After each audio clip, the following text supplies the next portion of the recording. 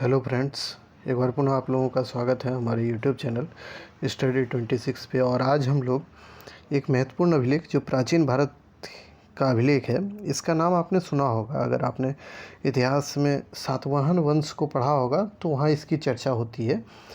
नागनिका का नानाघाट अभिलेख, इस अभिलेख का नाम है नागनिका का नानाघाट अभिलेख। ये नागनिका आखिर थी कौन? तो सातवाहन वंश जब आप पढ़ते हैं तो पहले तो ये जानिए कि सातवाहन वंश का शासन तंत्र कहाँ था। तो ये दक्षिण भारत की राजवंश है। ये महाराष्ट्र हुआ, आंध्र प्रदेश हुआ, इन एरियाज में ये फैला हुआ था। तो दक्षिण भारत की है।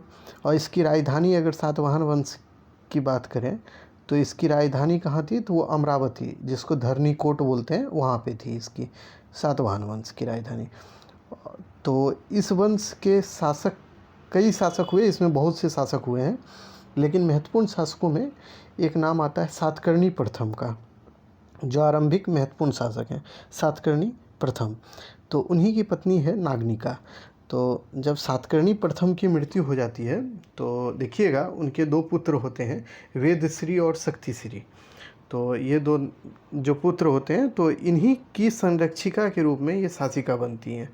कौन? नागनिका। तो और ये पहली भारतीय महिला है जो कि एक स्वतंत्र रूप से शासिका के रूप में इन्होंने शासन किया। तो भारत की पहली शासिका, महिला शासिका कोई है तो वो नागनिका है। तो उन्हीं का अभिलेख है, इसलिए भी इसको देखना जरूरी है, क्योंकि भारत की पहली महिला शासिका जो है नागनिका, उनका अगर अभिलेख है तो इसमें कुछ महत्वपूर्ण बातें हैं। और कहाँ से ये अभिलेख मिला है, इस बात को भी हम लोग देख लेंगे। तो देखिए, ये नानाघाट अभिलेख का नाम है और इसको जारी करने वाली नागनिका है। तो ये अभिलेख जो है एक चट्टान पे है, यानी उसको आप बोल सकते हैं रॉक, जो पत्थर का एक चट्टान होता है या शिला बोल सकते हैं, उस पे ये उत्कीर्ण है। तो इसकी स्थिति जो है महाराष्ट्र के पुणे ज़िले में स्थित है ये अभिलेख। और आप सातवाहन वंश से संबंधित कोई भी अभिलेख को पढ़िएगा तो उसकी भाषा प्राकृत और लिपि ब्राह्मी ही आपको मिलेगी, प्राकृत भाषा में ही है वो। और इसको महाराष्ट्रियन प्राकृत भाषा बोला जाता है। ये प्राकृत भाषा भी नहीं, ये प्राकृत भाषा का ही रूप है। महाराष्ट्रियन प्राकृत भाषा उस भाषा में है और लिपि इसकी ब्राह्मी है। और इसको जारी करने वाली नागनिका है, जो कि सातकर्णी प्रथम की पत्नी थी और विधवा पत्नी थी। उसकी मृत्यु के पश्चात वो अपने पुत्र के संरक्षिका के रूप में शासिका बनी और भारत की प्रथम महिला शासिका भी कहलाने का इसको गौरव प्राप्त है इनको। और ये जब अपने पति के मरने के पश्चात ये बैठती हैं गद्दी पे, तो इन्होंने अपने पति के कार्यों को उत्कीर्ण कराया। और इसी अभिलेख में, नानाघाट अभिलेख में, तो इसी के बारे में इसमें ज़्यादातर जानकारी मिलती है। इसमें देखिएगा, इस अभिलेख में चित्रफलक अभिलेख भी इसको बोला जाता है। इसका रीज़न ये है, चित्रफलक अभिलेख ये है, चूँकि इसमें जो है ना, चित्रों के द्वारा कुछ चित्र भी उत्कीर्ण हैं इस अभिलेख में। जैसे उसमें सिमुक, जो कि आप जानते होंगे या आप जाने कि सातवाहन वंश के संस्थापक सिमुक को बोला जाता है।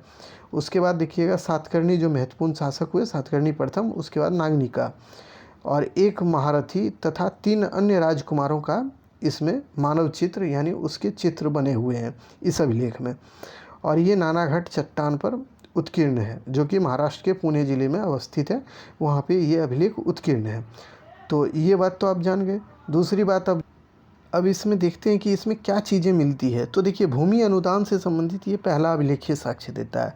तो भूमि अनुदान का मतलब ये है कि प्राचीन भारत में जो राजा महाराजा होते थे, वो कुछ भूमि ब्राह्मणों को, बौद्धों को, या बौद्ध मठ, बौद्ध विहार और ब्राह्मणों को दान के रूप में देते थे। तो इसी को बोला जाता था भूमि अनुदान, यानी भूमि को जब दान के रूप में दिया जाता था उसी को भूमि अनुदान बोलते हैं।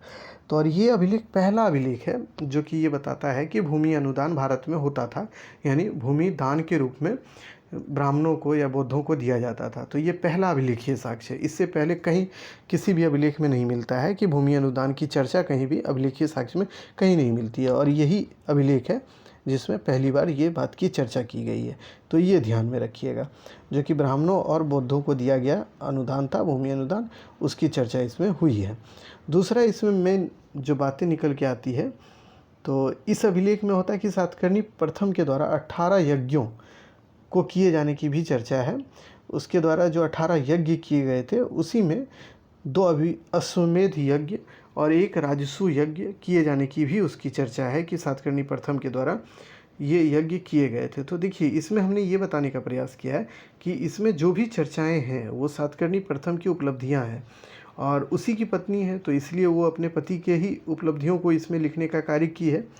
दूसरी बात, इसमें देखिएगा करसापन सिक्कों का भी उल्लेख इसमें हुआ है। करसापन जो है वो सिक्के का प्रकार है। आप जब सिक्के का, हम इसके बाद जब भी शुरू करेंगे सिक्के का इतिहास, तो उसमें पढ़ेंगे करसापन क्या होता है, तो और वो कौन सा सिक्का है, किस तरह का होता है, तो उसकी चर्चा वहाँ पे कर लेंगे। बट एक जान लें कि करसापन सिक्के का भी इसमें मतलब ये बताया गया है कि उल्लेख किया गया, और इसी अभिलेख में यह भी बताया गया है कि ये जो नागनिका है ये विधवा जीवन व्यतीत कर रही थी। जब उसके पति गौतमीपुर नहीं, माफ़ कीजिएगा, सातकर्णी प्रथम की मृत्यु जब हो जाती है, तो यही नागनिका जो है, तो जब पति की मृत्यु हो गई तो ये विधवा हो गई, और विधवा हो गई तो फिर वेदश्री और अपने जो पुत्र हैं उनके संरक्षिका के रूप में ये शासन करने लगी, और विधवा हो गई तो इसकी भी चर्चा इसमें की गई है।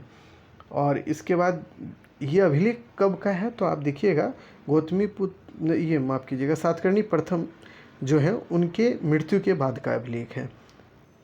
तो इस अभिलेख के माध्यम से हमने कोशिश किया है कि आपको अभिलेख वाले जो हमने एक सीरीज को शुरू किया था उसमें जो महत्वपूर्ण अभिलेख है, और उसी कड़ी में ये भी एक महत्वपूर्ण अभिलेख प्राचीन भारत का है, तो उसको हमने बताने का प्रयास किया। और वीडियो अगर पसंद आए तो प्लीज़ सब्सक्राइब कीजिए चैनल को, लाइक कीजिए वीडियो को और शेयर ज़रूर कीजिए। और फिर मिलेंगे अगले वीडियो में, तब तक के लिए धन्यवाद।